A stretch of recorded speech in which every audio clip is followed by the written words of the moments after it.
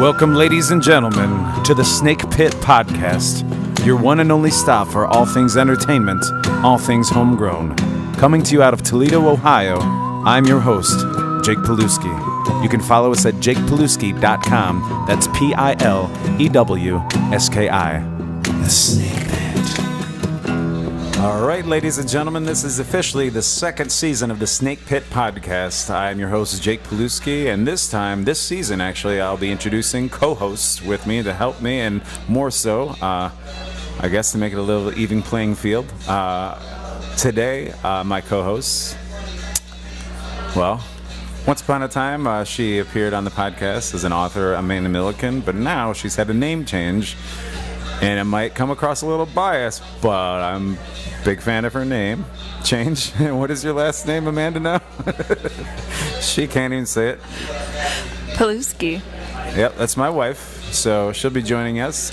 And if you don't want her on the show or you think that's being a little biased, Dick? You can be our first sponsor of the show and pay to take it back to a solo gig. Put your money where your mouth is. Vote with your dollar. I think Ben Barefoot said that last season on here. I think we're also going to do the reverse of that, too. Fair. Oh, yeah, in case somebody doesn't want me on it. Someone can pay me to stay. Fair, okay. It's like dealing pianos. Anyway, joined here by somebody who's become a friend of mine in less than a year, really. Well, Drew Coomer, also known as A.S. Coomer. Am I allowed to say that, or is that Clark Kent Superman kind of thing going on? Yeah, I kept the glasses off for this. Well, an author, accomplished author, and a singer-songwriter, currently recording an album. How far along are we with the recording process? We're in the mixing stages, so I am completely tired of hearing myself sing. Listening to like these 15-second clips and worrying about which compressor to put on it, you know, like. Well, and who are you recording the album with? I'm recording with Mike Pierce over at 6010. Gotcha. Yeah, he's recorded a number of people in town, like Ben Barefoot, yeah? Mm-hmm. Yeah, Ben Barefoot, Ben Stalitz, Justin Fry, a.k.a. Bester Fry. That's right, who just released Devil's Boogie, I think a month or two ago, yeah? Solid EP. Everybody should buy it. And do we have a projected date as to when your recording will be ready? You know, like when I started it, I said this whole thing is going to be recorded and ready for me to send off within a month, and it's been 5 months. So I venture no guesses. Hopefully within a month we'll have the mixing done, but you know, I don't know. Any artist can appreciate that. Yeah. At least you don't have an actual contractual timeline you're dealing with. That's true. I mean, it'd be nice. Hey, record labels. Get it done. Yeah. And get paid to get it done. Well, let's get right into the first five before I pick too much of your brain, because I know my new co-host has plenty of questions to throw your way, perhaps. That may be overstating things a little bit. All right, the first five. The first five. First up, I give this treatment to all the artists and play into the medium. You have two mediums, essentially, so I'm going to tackle them both with the first five, if you don't mind. Your first album, no matter what medium, and then also followed up with the first novel. And these are ones maybe you purchased or you sought out yourself instead of, gifting from grandma at age 4.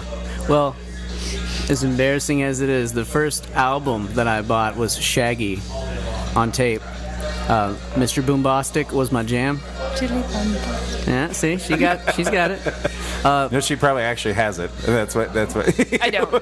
And my first literary thing that I was super drawn to and had to buy was this ridiculous child's novel called Bunnicula. I don't know if you ever heard of it. Oh.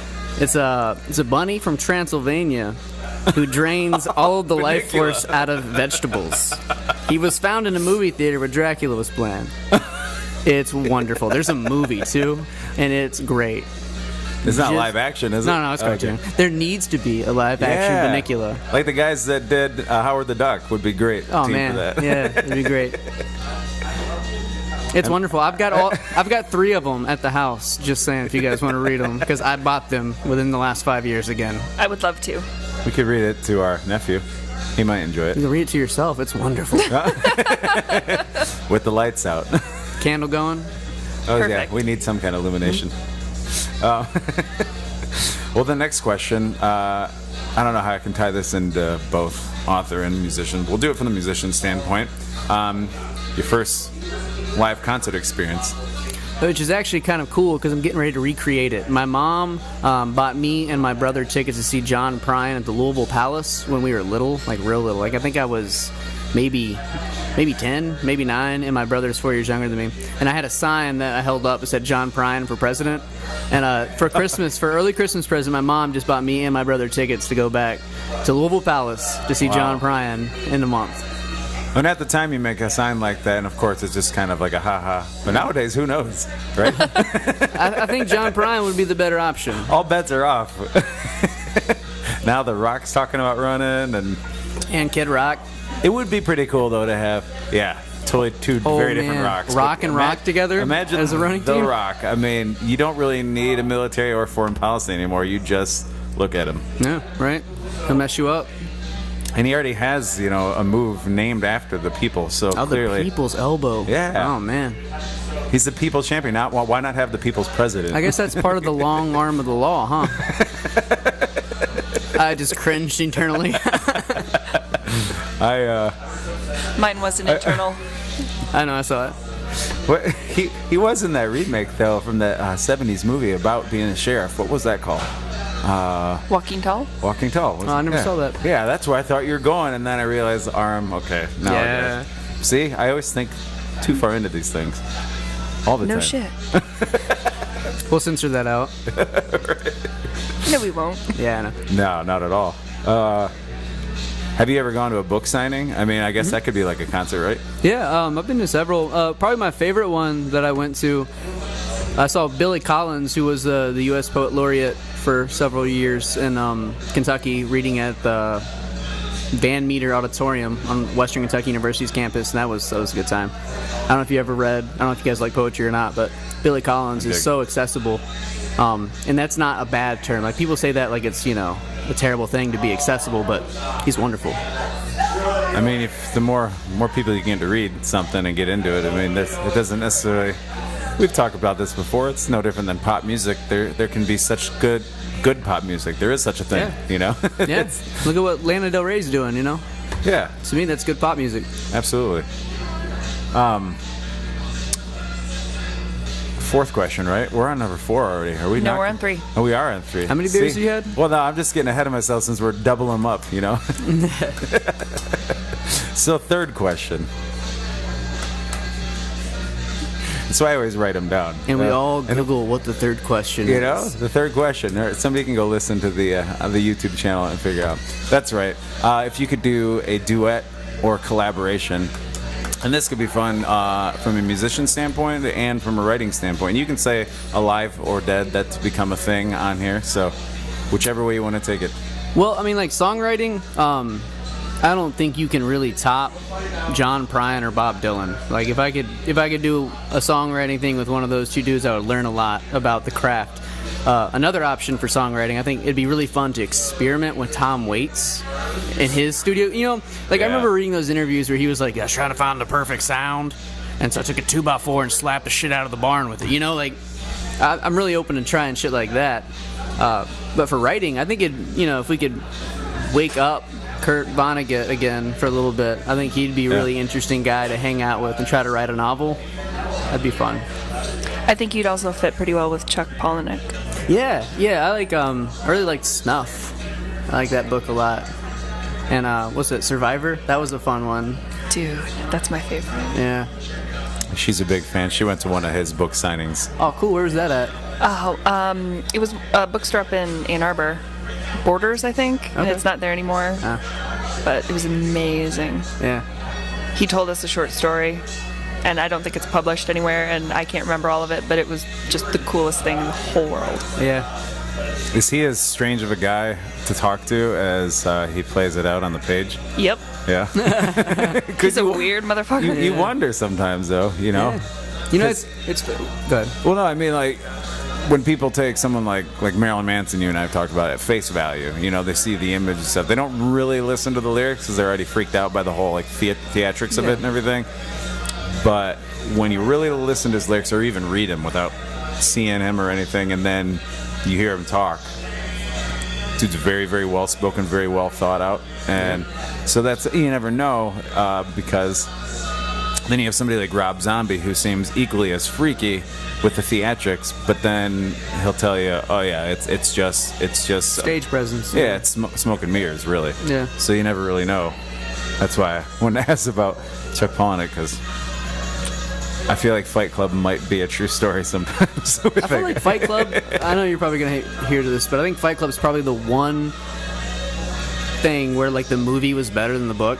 I don't disagree. Yeah, like, I mean, I've read, like, I don't know, probably eight of his novels or so, and, like, I've liked all of them, except for Fight Club. And it's probably because I saw the movie first, and I was so blown away, and then I read the book, and I was like, where the fuck is all the action? Like, where's the cool shit? Like, it was so trippy. Like, well, and also, sometimes you do have a great director filmmaker come in, like David Fincher, who's fantastic. Almost anything he's touched. So and Edward Norton, man, can't touch him. yeah, so yeah, it'd be different if Michael Bay tried to make Fight Club.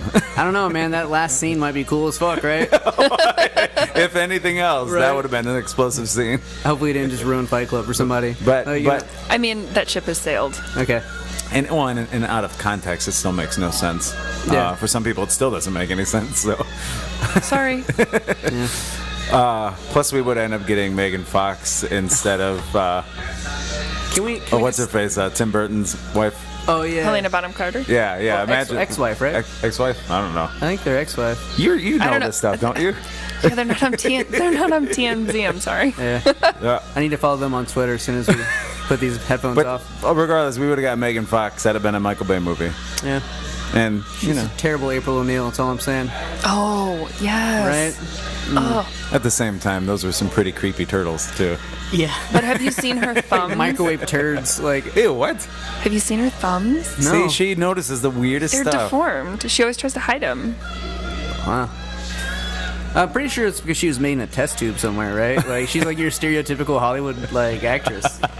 She was made in a plastic surgeon's office, but they can't touch those. What's that Tom Robbins novel? Even Cowgirls Get the Blues. You remember that? Where Sissy had like the super long. She was a model, but she always hid her thumbs because she had these like super elongated thumbs, and she's a hitchhiker, and she would use them. It's a really. You guys need to read that. Even Cowgirls Get the Blues. It's one of the best novels ever written. Really? I'm gonna write all of this down as soon as I listen back. Yeah. You'll like it. Well, yeah. So now we actually are on the fourth question. Correct. It's been the whole part A, part B thing that's been throwing me off. So, question number 4: what has been the most humbling and/or embarrassing experience that you've had? And that can be as an author, as singer-songwriter, as a performer on stage. I know those are all very different things, but there's a lot of parallels with them as well. Well, I like to think of myself more as a songwriter than a performer. I've always like had severe stage fright issues. I've never really felt comfortable with people staring at me. Like if it was up to me, I would take that Robert Johnson approach. I would just take my chair into the corner and sit and sing into the mic. So like every time I go out and play and I see somebody who's like really, really there, like, you know, like that's the term for me, is like being there. And seeing somebody like, you know, I get to play with Ryan Roth in Sideshow sometimes, and that's really fun. I get to play like guitar and mandolin and that sort of thing. But to see him when he's really on it, that's a lot of fun just to be around it. Because like I look over and I'm like, that's what it's supposed to be like. You're supposed to be doing that. And then I have my shows, and you know, you should still come to my shows, please. But like, it's hard for me to like, you know, like not think about the Browns game. I'm like, who's watching the Browns game? They're gonna lose. Like that's the spoiler alert. Watch me. Even though I hate it, but pay attention. It's hard for me to like really be there, you know, in like some of these places that we play around town where like the TVs are on 12. Yeah. I mean, and that's my wife, co-host. She even told me, because I'll get into that conversation with practically anybody that plays live, because we all have a very similar sentiment. It's just like you should just write it all down and, you know, pitch it to somebody and be like, here, publish this, because maybe this should be made public knowledge instead of just banter among musicians who are all in the same. Just like you've had waiters, bartenders and stuff that come out, and a lot of this stuff goes viral now, talking about tipping and talking about like the service industry. And it's because there's so many people out there that will agree with you, not just not that you're writing something to have everybody agree with you, but it's a subculture almost that's a part of everybody's life, really, that you take for granted. You go in, you get your food, you leave, and whatever, you know? And if you've listened to any of these Snake Pit podcasts, you've heard several of these like musicians especially say at times when they might have been a tad bit intoxicated while they performed, and that have been their most embarrassing moment. And that's happened to me, altered state, lifted. I've had that happen several times, and that's always been a trial. But luckily, like the time that I remember it happened the last time, I had a cellist and a guitar player with me, and so they were able to carry it. And I kind of just like did that whole Bob Dylan thing. Sometimes like you fake you're playing the guitar, you're like, there's a C chord in there somewhere. I'm just gonna hold that C. Just focus on not messing up the lyrics. Like, I've had that happen several times. So you consider yourself more of an introvert? I don't know. I think I'm an alien. I'm not from around here. But I mean, you appreciate the writing process, I suppose, more than the performing process. But you also, I don't know, when it comes to performance, then do you do it for the sake of finding another way to get your material out there? I think of it as a challenge. Like, I know that's my shortcoming is performing, and it's not like saying that I can't sing or I can't play guitar or banjo or mandolin. It's a trying to find a way to deal with like my social anxiety of being up and like literally up above somebody, like on a stage or something with lights and all that stuff, and still being able to like just sit back and breathe and like deliver the song the way I wrote it, like the way it's intended. And so that's why I still perform is because I believe in the songs that I have written, even if I'm having a hard time believing in myself as a performer. So it's like a challenge. Like every day should be like you should be trying to get better at something, right? Trying to get better at performing. Hopefully. Absolutely. Yeah. And I'm going to interject here and go back to the Browns game on TV while musicians are playing. As someone who is in the audience all the time and never up on stage, even if people aren't looking at you, they're still paying attention. Yeah. Not everybody, but it's just as awkward as being someone sitting at the bar, like staring at the musician, as it could be for you on the stage watching them stare at the TV. Yeah, I mean, I think that makes... Yeah, I mean, you're right in the sense that it's different, obviously, if it's specifically as the Arc is in Ann Arbor or the Listening Room in Portland. If you go into that place knowing you're there to stare at the artist, then it wouldn't be as awkward. Not nearly. But maybe that is where we talked about before that, maybe places or more places, not all places. I mean, there shouldn't be. It would take the specialty out of every place if you said every place needs to be just a sports bar, or every place needs to be just a listening room, because then the listening rooms wouldn't have their appeal. But perhaps, not have the walls plastered with TVs going constantly while there's music, because that is the entertainment. It's the same reason that even though it annoyed me, I had a lot of respect for it when playing in Nine Lives 6-7 years ago, when we went over, I think, Backyard Barbecue and Booze now is what it's called, but at the time it was called like Big Z's or something, and we had a full weekend gig there. All of our stuff set up. We played Friday night, killed it, people loved it, couldn't wait for the next night. And I think it was like 2 hours beforehand, they're like, you can come just pack up your stuff, we have a UFC fight tonight. And obviously we were pissed, but at the same time I'm like, had they not told us last minute, I don't think I'd be as pissed, because like people are intense, especially more so then than they are now with MMA fights. Like, they get intense, and they're just slamming beers on the table and watching that fight happen, and we are no more than elevator music at that point. Yeah. And even though some might pay attention while watching the TVs on a UFC fight, no way, because that's like the World Series for... Right. Well, now you're getting into like all like the nitpicky. Right. Why? I'm just saying, as someone who has seen a lot of live shows featuring you, it's awkward for me to just sit there and creepily stare at you because there's more to it than that. Like, I like sitting at home and listening to music. I like being in my car and listening to music. That's not me staring at the creator of that music. Yeah, when I first moved up here, like I had like I grew up playing in punk and metal bands, and when I first came up here, I kind of had that mentality because I've never really played these folky, country, alternative songs that I wrote until I moved to Toledo, which has been like 3 years now. And so like when I would play, I would have this thing where I would just stare at the first person who looked at me, and until they looked away, and they did, I moved to the next person. I would just make eye contact and stare at them and sing the song directly into their soul. That is so creepy unless you're in a boy band. No, but like I don't smile. Like I don't know if you ever noticed. Like I don't like if my smile is like if you do see me smile, it's terrifying. So like usually it's like when I'm singing, it's just like listen, this is good for me. I don't care about you. I mean, it is creepy if you're in a boy band and you're now in your late 30s and your fans are 13. Well, this is now. I know. Oh, I know, but no, I'm saying I'm talking my generation. Right. When we're almost age appropriate. I would need better hair. How do you know he's not in a boy band? Well, I don't have good hair. I think I would need better hair, right? I wouldn't need to look like homeless Jesus. Like if I was going to be in a boy band. You watch your mouth. your hair looks good, you know. You guys are like twins. We can go back and forth. I mean, his tattoos are way better. Yes. He seems like he had a little more of a plan, or maybe less of a plan. In either way, it worked. Yes. We're admiring his tattoos. That's what's happening, ladies and gentlemen, right now. Is my shirt's off. Yep. I'm sunbathing. I wish. It's a beautiful sunny day Not here. because I want to see you, but because that would mean that the weather was not this Glad we garbage. clarified.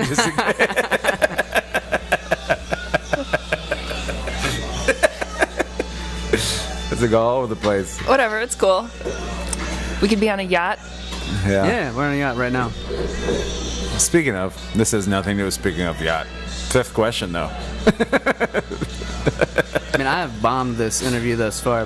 No, it's been fantastic. Thanks for having me. You make me look good. For being somebody who claims, that Sound. they're not as much of a performer as much of a writer, you're doing very well the speaking part. So Yeah, I always trip up over my own words. So I'm a writer. Like I can edit everything, but like when you're speaking, like as soon as it comes out and you know you fucked up, like my feet are underneath the table. I would have to kick this table out of the way to put my foot in my mouth, and that's what I want to do sometimes. Like. Oh yeah, question 5. See, now I'm gonna lose that one again. I used to just always have these written down. It was way easier, but now we're doing it uncut to make it easier on me, and now it's becoming my own worst enemy. Yeah, what pushes your buttons as a writer, as a creator? And you can take this in any way. It can be from a positive standpoint or a negative standpoint. Just what gets you going, what because sometimes it is what pisses you off, and sometimes it's what gets you really excited. I mean, Yeah.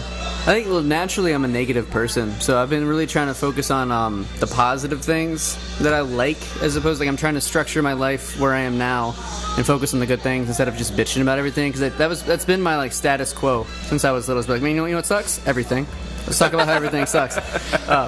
So now I really try to focus on like what I like, what like moves me, and like I've been reading a lot of like experimental fiction lately, and that's been a lot of fun for me because I don't write that way, and I would like to.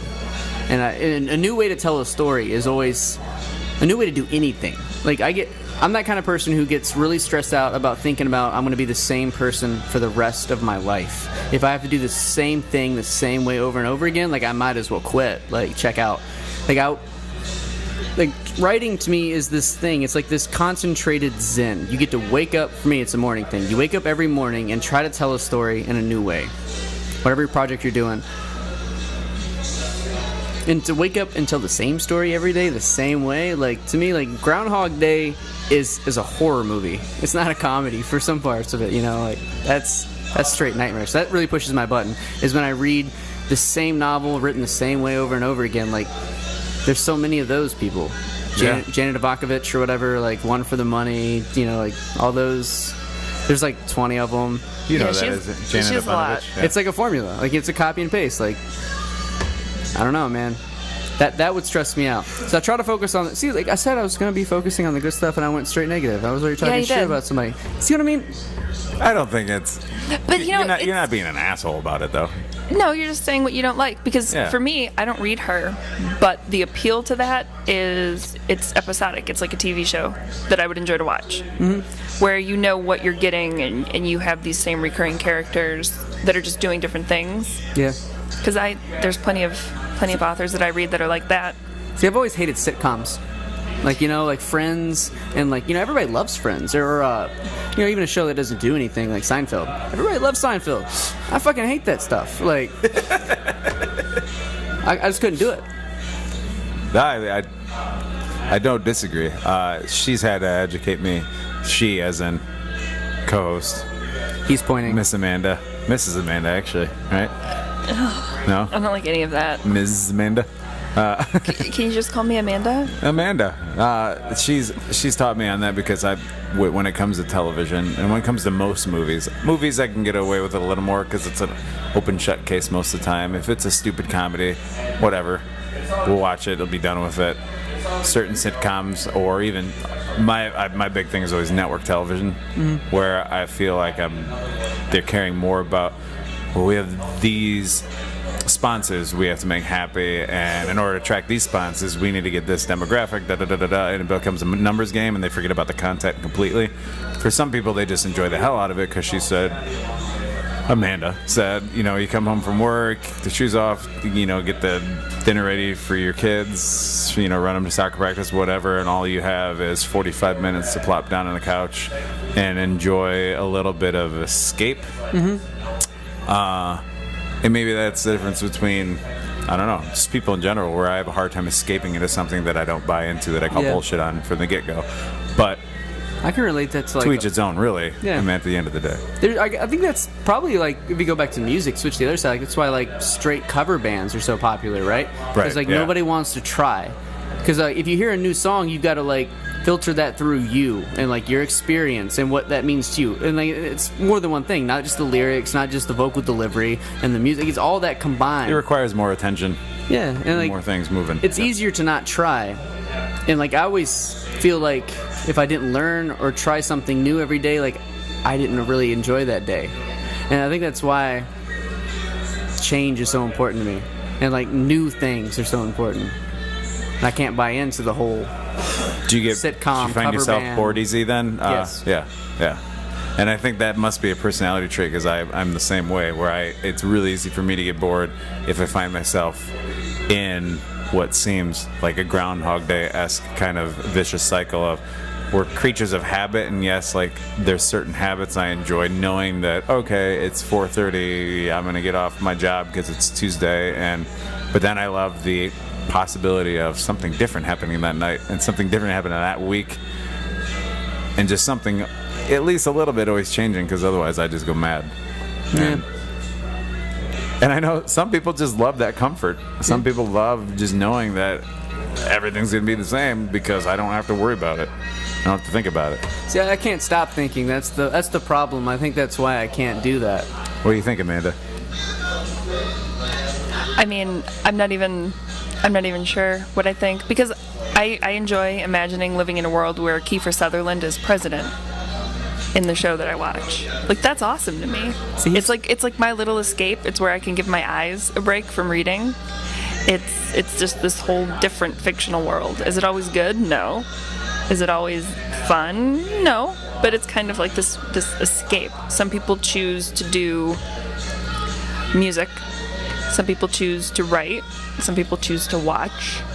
I choose to do sort of all of those things. There's no right, there's no wrong. It's just enjoyable. Everybody gets enjoyment from a different place. Oh, for sure. And for me, it's not being like a zombie or, conforming or just getting sucked into this cycle. It's just enjoyable. It's just fun. It's just something to do. It doesn't mean I stop thinking. I was just say, and that's, and I don't want to generalize, but it's also different having three artists of some medium or another sitting at a table together, because that in itself requires thought all the time. So if we started pulling random people up the street from all demographics, we might start getting some interesting numbers would shift. And not sound awful, but I mean, there would be more for the Walking Dead fans out there would be more signs of the zombie apocalypse actually being closer to being upon us then. Some are willing to admit. Absolutely. And this but anyway, so Drew, back to you because you are the true subject. So Amanda said that she did indeed read your book. Tell us a little bit about something. How long did it take to? I mean, you probably have the best questions with this. I was going to say, can I talk? You can totally take Are we this. talking fetishists or Rush's deal? See, and this is the problem, is more than one. Right. I read The Fetishists. I made sure to knock that out before we talked to you. I downloaded it forever ago. Well, thanks for reading it. Finally came, yeah. And there's the I was waiting on it. I usually like it's funny like when I sell those like face to face to people. I'm like, listen, this is a strange story. I always give them the parental advisory that's not on the cover. I'm like, Right. listen, it's gonna be weird. Yes, it was weird. I was describing it to Jake earlier, that it reminded me of the first time I was ever sitting on the couch watching a movie with my parents and there was a sex scene. that like intense, awkward feeling where Yep. you think you're going to die, only I was sitting alone in my office. And I was just like, wow, like where did this come from? And now I'm going to refer to my notes so I don't screw this up. Well, she came prepared and I did not. I did. I did not either. I just I'm it's never only prepared it's to only speak. because of the name. I just jotted it down tonight. My brother-in-law sent me a link to a podcast. It's the Criminal Podcast, and they interviewed Marilyn Stasio, who is a New York Times columnist. She typically only reads mystery books. That's kind of her thing. And I'm going to paraphrase her, but she said that she's disinterested in general fiction because the writer always integrates themselves into the pages. That being said, dude, what the fuck, man? There's no. I mean, I wrote it, but there's not a lot of Drew in there. No, the idea of the fetish is like, I had just had laser eye surgery. I was back in Kentucky and I was confined. I couldn't drive, but I could take these long walks in White Mills, Kentucky, and there's like this really creepy graveyard. And I used to just walk through it because I couldn't drive, couldn't go anywhere. My mom was at work all day. She was my only ride. And I remember just having this idea of taking this really privileged white male and just reversing his situation in the most messed up way I could imagine. And that was the genesis. And then after that, it was like you throw the ball and let the dog chase it. That's came up with this idea of a sex slave auction, and then the story kind of wrote itself. All right. Active imagination, I think, is what you're looking for. Yeah, that just went a lot of places. She was giving me a little bit of a synopsis. Do you have an official synopsis you can give those out there that might be? There's one on the back of the book. It's funny, like There's one in the back of the book, but I don't think that really really hits it. yeah, it was a fun one to write. It was different. I wasn't sure how I should be feeling Yeah, that's as I was reading it. I That's was the like, point. oh, well, success. Where can people get their hands on the book? Well, I mean, they a could hand. probably get a hand. Okay. Yeah. Any dark corner? It's everywhere. You can get it on Amazon, Barnes and Noble. Their website carries it. It's on all the digital formats as well. And I have copies usually at my music shows that you should probably go to as well. yeah, and so, but your authorship is under A.S. Coomer, Yeah, A.S. Coomer. It's just my name. It's Andrew Scott. and then if they go to see you, though, you're typically promoted as Drew Coomer, or is it A.S.? Still A.S. Coomer, yeah. Okay. I try to like just one, all creative pursuits under one name. Yeah. A.S. Coomer sounds better than Drew Coomer to me. I'm sick of being called Drew. Works. Yeah. So It's funny, do you want also- us to call you A.S. when we're talking in person? No, that would be kind of weird. Yeah. It'd Yep. be kind of weird. It's funny. I was walking right down the road here on Adams Street, by the way.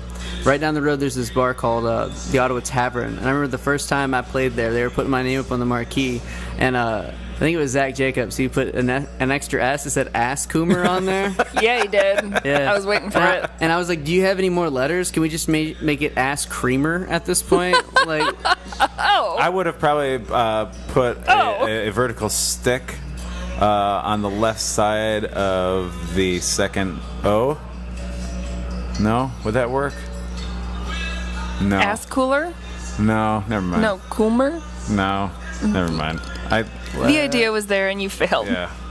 This is like been my entire interview for this. Has been the idea was there and you failed. Yeah, and like I said, I'm the one that wants to do it unedited. That'll be on my tombstone. The idea was there. We could put that on but he T-shirts. failed. And where? And you went through published. Who'd you go through for publishing? Grindhouse Press put that book out. And then I have another novel. My first novel is called Rush's Deal, and that was published Kindle only for right now through Hammer and Anvil Press, and it's going into paperback publication 2018 through Litfest Press. And then I've got 2 other novels coming out in 2018 as well, but I can't officially tell you what they are yet. It's okay. But Can you tell me if they're going to be anything like The Fetishists? no, nothing like The Fetishists. It's really funny. The Fetishist was a month. Like, I wrote that in a month. And that's usually the way I approach things. I am that distracted child, jingle keys, and I will look. I don't like to tell the same story over and over again. I don't want to be confined to one thing, one genre, one type of story. I think there's a billion stories to tell, and I'm trying to put at least 30 of them in before I go, Do you think that comes across in your music? The same mindset? I think so. Yeah. It's interesting. Like, Toledo's taught me a lot about music, because when I got here, I was not a very accomplished musician. I was in punk bands. I'm really good at playing fast and angry. And Toledo's taught me to sit down, slow down, and really focus on like the musicianship, the guitar work, or the vocal delivery, or whatever. The stories have always been there. Most of my songs that I sing out about are narratives. Like they're story based. But yeah. I tell a bunch of different stories in a bunch of different ways, and they're not all for everybody, but there's usually something for everybody. I like it. I know you took notes and stuff, so do you have any other questions? No, that was it. That was it. I just want to make sure. There's more, but we can probably talk about it off mic. I was looking over and was reading your notes, and it just says, "I am aghast at what I read." Stop it! You can't read my handwriting on my best day. Yeah, she took the handwriting lessons from Rachel, my wife. So hey, she's going to be a doctor. Anybody so in the medical field, they can attest to that. Some claim it's, so that you can't fabricate it. Yeah. Which, makes sense.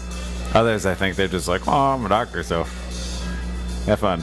I remember, when she started medical school, her writing was somewhat legible. It's not now. So there was a class somewhere involved they don't want to talk about. It's a conspiracy. It's just rush. Mm-hmm. Yeah. Or maybe just working too many hours in the week and you stop seeing and your hands stop working. Well, I work with attorneys and it's the same way. Everybody just tries to get as much information into as short of a time period as possible, so it just becomes chicken scratch. Just more props to the folks behind the counter that have to put the prescription together. And you can always call it in though, right? Your Xanax prescription is super high. Is that what your doctor wanted? Yes. And is it Xanax or Zantac? Oh, man. Or Zyrtec, Andrea. That'll be. Jeez. So, before I let you go, first of all, thanks for doing the premiere episode of the second season of the Snake Pit podcast. Thanks for having me. And I love that you have also taken the initiative to do some freelance writing for the Toledo City paper. Yeah. Which is pretty awesome. But how did you go about doing that? Did you just start writing and pitch it to them and say, hey? Yep. Just That's as easy exactly, as that? Yeah, that's the way it goes. I've got a pretty good track record as far as it goes for publishing. Like, I've been published in, 60, 70 journals. Wow. And magazines and whatnot. Well, to say in general. So, like, when I pitched an article to them, it's not like I sent it to them on crayon or something, Right. Like, I was like, I could probably give you something that would, be beneficial to you and beneficial to me. And also I can support what I love, and things that I care about. Very cool. Yeah. And then as far as, is that something you would ever consider getting into? I know we talked about it before, but as far as actually being on the payroll to regularly clock in and clock out of a job where you are writing in that way? I don't think journalism is my full-time job. Like, I wake up every day and write in whatever long project I am. I think novel writing should be the job for me. I can do these one-off articles, one or two a week or whatever it is, and that's fine for me, but I couldn't imagine doing it every day, chasing down leads and all that stuff. It sounds fun for a minute, but then it also sounds extremely tiring. Like, I don't like driving that much. Like, having to chase down all these people to interview, like, it seems so glamorized to have your own like byline. You're right, but it's just you in a car with a cheeseburger and a cup of coffee But trying to it's find not somebody. cool. Yeah. It's not cool. Perhaps it should be a partnership then, and you have somebody go get the leads for you, and you can just chill at home and be like, here you go. I mean, sign me up.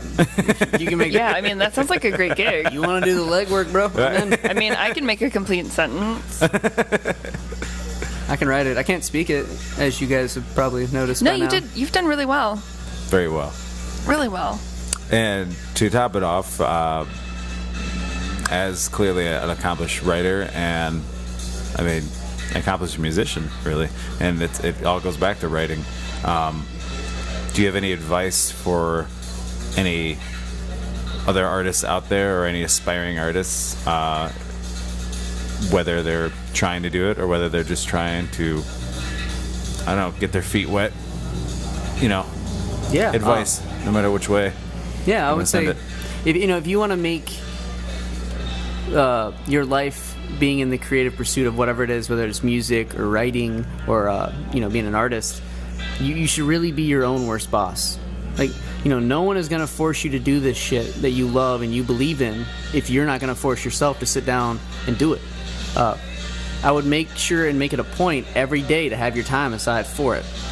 Dedicate yourself to the craft, whatever it is. And like actually put in the production, because a lot of people want to talk, and a lot of people have very high talent, and they're very capable in whatever field they want to talk about, but then they don't actually pursue it, and that's mind-boggling to me. Like, if you want to make it your thing, make it your damn thing. Put the time in. Be your own worst boss. Like, make it happen.